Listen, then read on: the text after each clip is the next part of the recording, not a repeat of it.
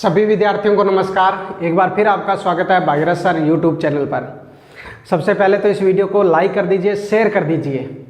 संख्या पद्धति का अपने 8वां पार्ट पढ़ रहे हैं। पहले 7 पार्ट पढ़ चुके हैं। उन 7 पार्टों को आप अच्छी तरह से देख लेना, क्योंकि वो सभी आपके लिए इंपॉर्टेंट है। अगर रीड लेवल फर्स्ट की तैयारी कर रहे हो या किसी भी कंपटीशन की तैयारी कर रहे हो तो नंबर सिस्टम टॉपिक आपको आना जरूरी है, क्योंकि नंबर सिस्टम टॉपिक पूरी मैथ की रीड की हड्डी है। समझ गए? क्योंकि हमें शब्दों का पता नहीं होगा, कई स्टूडेंट नहीं जानते। जैसे मैंने आपको पहले भी बताया था, लघुत्तम समापवर्तक, महत्तम समापवर्त्य, ऐसे उल्टा बोलते हैं, पता ही नहीं चलता अपवर्त्य क्या होता है, अपवर्तक क्या होता है ना, तत्समक क्या होता है, योज्य तत्समक क्या होता है, गुणात्मक तत्समक क्या होता है, रामानुजन संख्या कौन सी होती है। ये सारे क्वेश्चनों का जो जवाब है वो पहले वाले 7 वीडियो में आपको मिल जाएंगे। ठीक है, तो आपके लिए सभी क्लासें इंपॉर्टेंट है। तो 8वीं क्लास अपने पढ़ रहे हैं। आज अपने पढ़ते हैं कि एक अंक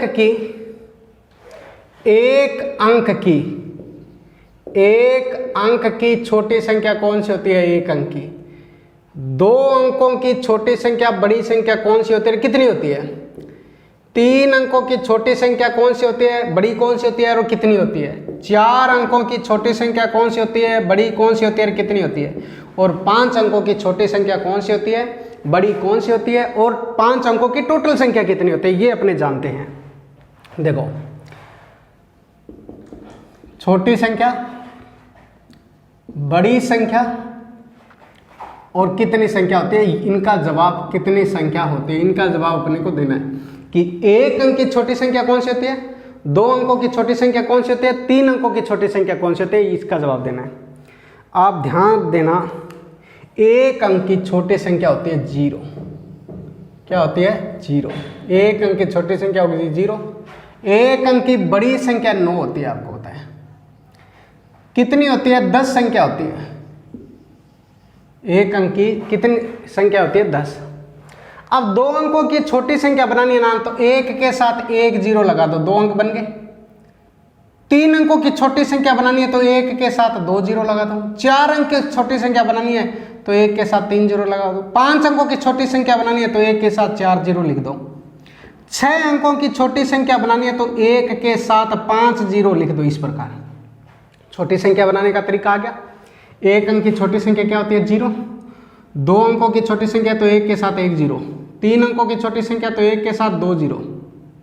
4 अंकों की छोटी संख्या तो 1 के साथ 3 0, तो टोटल 4 अंक हो गए। 5 अंकों की छोटी संख्या तो 1 के साथ 4 0, 5 अंक हो गए। 6 अंकों की छोटी संख्या तो 1 के आगे 5 0, 6 अंक हो गए। एक अंक की बड़ी तो 1 बार 9, 2 अंकों की बड़ी तो 2 बार 9, 3 अंकों की बड़ी तो 3 बार 9, 4 अंकों की बड़ी तो 4 बार 9, 5 अंकों की बड़ी संख्या चाहिए तो 5 बार 9 लिख दो। 6 अंकों की बड़ी संख्या चाहिए तो 6 बार 9 लिख दो। समझ गए? एक अंक की टोटल संख्या कितनी होती है? तो 10 होती है। लेकिन 2 अंकों की टोटल संख्या पूछे तो 9 के साथ 1 0 लगा दो। 2 अंकों की कुल संख्या होती है 90। 3 अंकों की पूछे टोटल संख्या तो 1 के साथ 9 के साथ 2 0 लगा दो। जैसे हम छोटी संख्या प्राप्त करते थे 1 के साथ लिखते थे, कितनी होती है तो 9 के साथ लिखेंगे। 4 अंकों की कुल संख्या कितनी है तो 9 के साथ 3 0 लगा दो। 5 अंकों की कुल संख्या कितनी होती है तो 9 के साथ 4 0 लगा दो। 6 अंकों की कितनी संख्या होती है तो 9 के साथ 5 0 लिख दो। 6 अंक हो गए। तो इस प्रकार एक अंक की टोटल संख्या कितनी होती है, छोटी संख्या कौन सी होती है, बड़ी संख्या कौन सी होती है, ये अपने जान सकते हैं ना। ये अपने जान सकते हैं, स्क्रीनशॉट ले सकते हो आप। ठीक है, तो ये बात अपने को ध्यान रखनी है। ठीक है, ये ध्यान रखना है। देखो, उसके बाद संख्या हम पढ़ते हैं, इकाई, दहाई, सैकड़ा, हजार, 10,000, है ना। इस प्रकार हम पढ़ते हैं। देखो क्या क्या पढ़ते हैं? इकाई, फिर हम पढ़ते हैं दहाई, फिर हम पढ़ते हैं सैकड़ा, इकाई, दहाई, सैकड़ा, फिर हम पढ़ते हैं हजार, फिर हम पढ़ते हैं 10,000, है ना। क्या पढ़ते हैं? 10,000। उसके बाद हम पढ़ते हैं लाख, 10 लाख, हम पढ़ते हैं लाख, 10 लाख, ठीक है, फिर करोड़, फिर 10 करोड़, यही पढ़ते हैं। करोड़ के बाद अरब और 10 अरब, ठीक है। लाख, 10 लाख, करोड़, 10 करोड़, अरब, 10 अरब, उसके बाद हम पर क्या पढ़ते हैं खरब, 10 खरब, खरब, 10 खरब, 10 खरब, फिर हम पढ़ते हैं नील, 10 नील, समझ गए। फिर हम पढ़ते हैं पदम और 10 पदम, समझ गए बात। ये इकाई, दहाई, सैकड़ा, हजार, 10,000, लाख, 10 लाख, करोड़, 10 करोड़, अरब, 10 अरब, खरब, 10 खरब, नील, 10 नील, है ना। उसके बाद पदम, 10 पदम।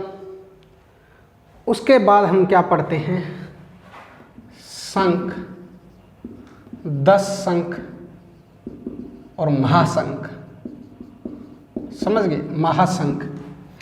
इकाई, दहाई, सैकड़ा, हजार, 10,000, लाख, 10 लाख, करोड़, 10 करोड़, अरब, 10 अरब, खरब, 10 खरब, नील, 10 नील, पदम, 10 पदम, शंख, 10 शंख, महाशंख, समझ गए, ठीक है। अब देखो, इकाई का मतलब 10 की पावर 0 यानी 1 हो गया। 10 की पावर 0 यानी क्या हो गया, 1 हो गया। 10 की पावर 0 यानी 1 हो गया। दहाई का मतलब 10 की पावर 1 यानी 10 हो गया। सैकड़ा का मतलब 10 की पावर 2, हजार का मतलब 10 की पावर 3 यानी 1 के साथ 3 जीरो, 10,000 का मतलब 10 की पावर 4, 1 के साथ 4 जीरो, समझ गए। लाख का मतलब 10 की पावर 5, 10 लाख का मतलब 10 की पावर 6, करोड़ का मतलब 10 की पावर 7, यानी करोड़ में 7 जीरो आते हैं, लाख में 5 जीरो आते हैं। ऐसे पूछते हैं ना कई बार कि 1 करोड़ में कितने शून्य होते हैं, तो 1 करोड़ में 7 शून्य होते हैं, ध्यान रखना। लाख में कितने शून्य होते हैं, 5 शून्य होते हैं। रीट लेवल फर्स्ट में ऐसा क्वेश्चन पूछे जाते हैं। 10 करोड़ में 10 की पावर 8, अरब में 10 की पावर 9, 10 अरब में 10 की पावर 10, खरब में 10 की पावर 11, 10 खरब में 10 की पावर 12, नील में 10 की पावर 13, 10 नील में 10 की पावर 14, पदम में 10 की पावर 15 और 10 पदम में 10 की पावर 16। उसके बाद देखिए, शंख में 10 की पावर 17 और महाशंख में 10 शंख में 10 की पावर 18 और महाशंख में 10 की पावर 19। ये अपने को ध्यान रखना है। इकाई, दहाई, सैकड़ा, हजार, 10,000, लाख, 10 लाख, करोड़, 10 करोड़, अरब, 10 अरब, खरब, 10 खरब, नील, 10 नील, पदम, 10 पदम, फिर शंख, फिर 10 शंख, फिर महाशंख। तो ऐसा पूछा जाए तो लाख में कितने जीरो आते हैं, तो 5 जीरो आते हैं, करोड़ में 7 जीरो आते हैं, अरब में 9 जीरो आते हैं, खरब में 11 जीरो आते हैं, नील में 13 जीरो आते हैं और पदम में 15 जीरो आते हैं, शंख में 17 जीरो आते हैं और महाशंख में 19 जीरो आते हैं। तो कम से कम यहाँ तक की संख्या हमें पता होनी चाहिए, कम से कम यहाँ तक की संख्या हमें पता होनी चाहिए। इस बात का आपको ध्यान रखना है, समझ गए। यहाँ तक बात समझ में आ गई आपको, ठीक है। अब देखो नेक्स्ट, देखो नेक्स्ट क्या पढ़, देखो नेक्स्ट देखिए भाई, नेक्स्ट आपने एक नाम सुना होगा उत्तरवर्ती संख्या। उत्तरवर्ती संख्या, उत्तरवर्ती संख्या किसी भी संख्या में, किसी भी संख्या में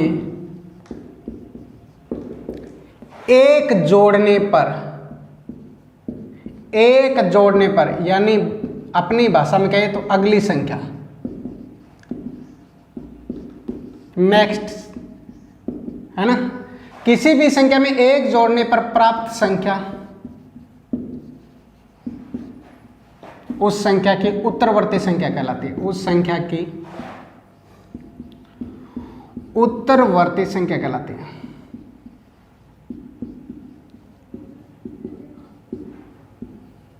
ठीक है। जैसे आपको कहे 15 की उत्तरवर्ती संख्या, 15 की उत्तरवर्ती संख्या 16 यानी 15 + 1। आपको कहे 17 की उत्तरवर्ती संख्या 18 यानी अगली संख्या होती है वो उत्तरवर्ती संख्या कहलाती है ना। 100 की उत्तरवर्ती संख्या 101 यानी किसी भी संख्या में एक जोड़ दोगे तो वो उसकी उत्तरवर्ती संख्या कहलाएगी।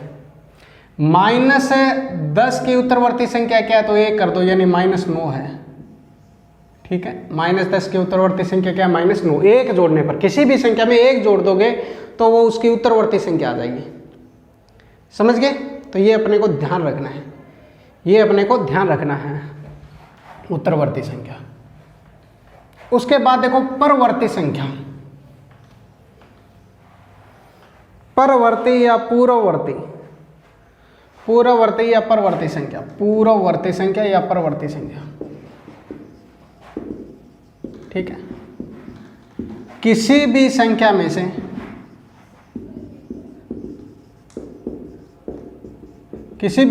से एक घटाने पर प्राप्त संख्या यानी पिछली संख्या, किसी भी संख्या में से एक घटाने पर प्राप्त संख्या उस संख्या की पूर्ववर्ती संख्या कहलाती है, पूर्ववर्ती संख्या कहलाती है, पूर्ववर्ती संख्या कहलाती है। यानी 10 की पूर्ववर्ती संख्या ज्ञात करनी है तो 10 - 1 यानी पिछली संख्या क्या होती है 9। -8 की पूर्ववर्ती संख्या ज्ञात करनी है तो -8 में से -1 घटाओगे तो -9। ठीक है, तो ये ध्यान रखना है। समझ गए बात? ये -8 में से आप 1 घटाओगे यानी -1 करोगे। ठीक है, 100 की पूर्ववर्ती संख्या ज्ञात करनी है, 100 - 1 यानी 99। तो पूर्ववर्ती संख्या का अर्थ आप समझ गए, पूर्ववर्ती का आप समझ गए क्या होता है। ठीक है, देखो ठीक है, ये बात अपने को ध्यान रखना है। देखो 6ठी 7वीं की किताबें हैं, ये बहुत इंपॉर्टेंट किताबें हैं। इन किताबों को अगर आप ढंग से पढ़ लोगे तो कोई समस्या आपको आएगी नहीं। समझ गए ना बात? ये इन किताबों को अगर आप ढंग से पढ़ लोगे तो कोई समस्या नहीं आएगी। देखो अब हम पढ़ते हैं हिंदू अरेबिक पद्धति, हिंदू अरेबिक पद्धति यानी इंग्लिश गणित, अंग्रेजों की गणित, हिंदू अरेबिक पद्धति। ठीक है, फिर हम पढ़ते हैं रोमन अंक, और फिर हम पढ़ते हैं देवनागरी लिपि। देखो हिंदू अरेबिक पद्धति, रोमन अंक और देवनागरी पद्धति। जैसे एक है, अपने पास एक है तो हिंदू अरेबिक पद्धति में एक ऐसे लिखते हैं। रोमन अंक लिखना है तो आप ऐसे लिखोगे, रोमन अंक लिखना है तो आप ऐसे लिखोगे, और देवनागरी पद्धति लिखनी है तो आप इस प्रकार लिखोगे, ये वाला। ठीक है, ये एक हो गया। अब हम 2 पढ़ते हैं, 2 पढ़ते हैं तो अपने को पता चल गया इसमें 2 इस प्रकार लिखते हैं, इसमें 2 ऐसे लिखते हैं, देवनागरी पद्धति। ठीक है, देवनागरी लिपि में। समझ गए बात? ये 3 पढ़ोगे तो यहाँ पे अपने को पता है ये 3 इस प्रकार 3, और यहाँ पे 3 के इस प्रकार, ये इस प्रकार लाइन कर दोगे तो ये देवनागरी लिपि बन गई। 4 पढ़ना है आपको, अगर 4 पढ़ना है तो ये 4, इसमें अपने ये पढ़ते हैं, इसमें आप इस प्रकार पढ़ोगे, यानी 8 लिखते हो ना, एक तरह से 8 लिखते हो उस प्रकार। ऊपर से खुला छोड़ना है, ये ऊपर से खुला छोड़ना है इस प्रकार, ये 4 हो गया। देवनागरी लिपि में ये 4 है, ध्यान रखना। ठीक है, अगर 5 पढ़ना है तो इसमें तो आपको पता है 5, इसमें 4 की तरह लिखा जाता है इस प्रकार, 4 को लिख के ऐसे कर दो तो ये 5 हो गया। ठीक है, 1 2 3 4 5, ये बात समझ आ गई। अब देखिए आगे हम पढ़ते हैं, अगर हमें 6 को लिखना पड़े, अगर किसको लिखना पड़े 6 को, तो देखो 6 को लिखते हैं तो यहाँ 6, ये इस प्रकार और ये इस प्रकार, समझ गए? तो ये 6 हो गया, समझ गए ना बात? ये 7 लिखना है तो ये 7 इस प्रकार और ये इस प्रकार, ठीक है? 6 की तरह, इसमें क्या लिखते हैं? 6 की तरह लिखते हैं। जैसे ये ज़्यादा बनाओ तो इस प्रकार बना सकते हैं। जैसे 6 अपने 6 तो ऐसे लिखते हैं और इसमें थोड़ा इस प्रकार कर देते हैं तो ये 7 हो गया, समझ गए? ये 7 हो गया देवनागरी लिपि में। अगर हमें 8 लिखना है, अगर 8 लिखना है तो आपको क्या ध्यान में रखना है? ये 8 इसमें आपको पता ही है और इसमें आपको यूं लिखना है, ठीक है? 8, ये 8 हो गया आपका, समझ गए? ये 8 हो गया। अगर 9 लिखना है आपको, 9 लिखना है तो ये 9 ये x के इस तरफ लग जाएगा, समझ गए? ये x के इस तरफ लग जाएगा। और 9 लिखना है तो आपको पता है उल्टा 3 लिख के कांटा लगा दिया करो ऐसे, ये 9 हो गया। अगर 10 लिखना है तो ये x और वहाँ आपको पता है एक पहले लिखा था इस प्रकार, है ना? 9 की तरह 1 लिखा था और उसके साथ 0, तो ये 10 बन गया। तो हिंदू अरेबिक पद्धति, रोमन अंक और देवनागरी लिपि है, ये अपने को पता होना चाहिए, समझ गए? अब आप ध्यान रखो, कई बार रोमन पद्धति और रोमन अंक कुछ अंक हमें याद रखने चाहिए, ठीक है? जैसे कौन कौन से अंक इंपॉर्टेंट है वो सुन लीजिए। 20, 30, 50, 20, 30, 50, 100, ठीक है? 500 और 100, 500 और 1000, ठीक है? 1000। अब देखिए 20 को आपको पता है, 10 को आप क्या लिखते हो? 1x से, 20 को लिखोगे 2x से। जैसे 10 के आगे 11 चलते हैं तो x के आगे 1 लिख देते हैं। 21 लिखना है तो इस प्रकार, ये हो गया 21, 2x के साथ 21 हो गया, ये 21 है, ये 11 है और ये 21 है।